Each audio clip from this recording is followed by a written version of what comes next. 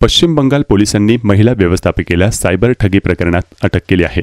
कारंजा येथील सहकारी पतसंस्थेत व्यवस्थापिका आशा राऊत कोलकाता पोलिसांनी ताब्यात घेतला आहे। 41 लाखांच्या संशयास्पद रकमेचा व्यवहार केला आहे। 17 लाख डेबिट आणि महिला व्यवस्थापिकेवर कारवाई करण्यात आली आहे।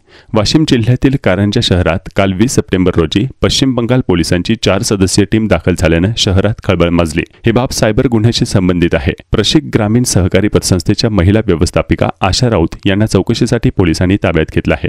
मिळालेल्या माहितीनुसार पश्चिम बंगालमधील एका व्यक्तीच्या खात्यातून अज्ञात लोकांनी लाखो रुपये फसवणूक करून काढले होते। या रकमेतून राऊत यांच्या नावावरील एस बँक या खात्यात सुमारे 41 लाख रुपये जमा झाले होते। त्यापैकी 17 लाख रुपये डेबिटही करण्यात आले होते। या प्रकरणात कोलकाता ग्रामीण पोलीस ठाण्यात गुन्हा नोंदवण्यात आला होता। मागील महिन्यातही कोलकाता पोलीस कारंजात आले होते व त्यांनी आशा राऊत यांना नोटीस दिली होती। त्यावेळी राऊत यांनी मी 7 सप्टेंबर नंतर स्वतः बंगालला येईन असे उत्तर दिले होते।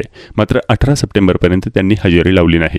त्यामुळे 19 सप्टेंबर रोजी कोलकाता पोलिसांनी विधिवत परवानगी घेऊन राऊत यांना ताब्यात घेतलं आणि कारंजा न्यायालयाची परवानगी घेऊन त्यांना पुढील चौकशीसाठी कोलकात्याकडे रवाना केले।